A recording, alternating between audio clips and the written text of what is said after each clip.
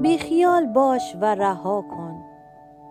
آن وقت میبینی چطور دنیا تبدیل به جای قشنگتری میشود برای زیستن. چطور آسمان خوش رنگتر میشود، زمین سرسبزتر و آدمهای شهر مهربانتر.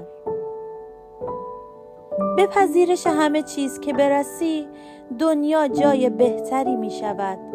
مسائل برایت ساده تر حل می شوند و آرامش دست یافتنی ترین موقعیت ممکن خواهد بود.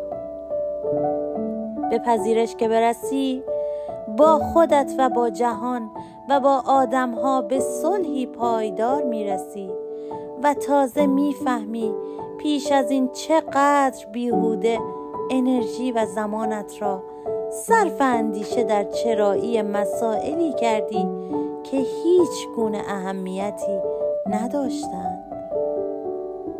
باید بپذیری و اهمیت ندهی و رها کنی تا آرامش و تمام احوالات خوب جهان خودشان راه رسیدن تا تو را پیدا کنند.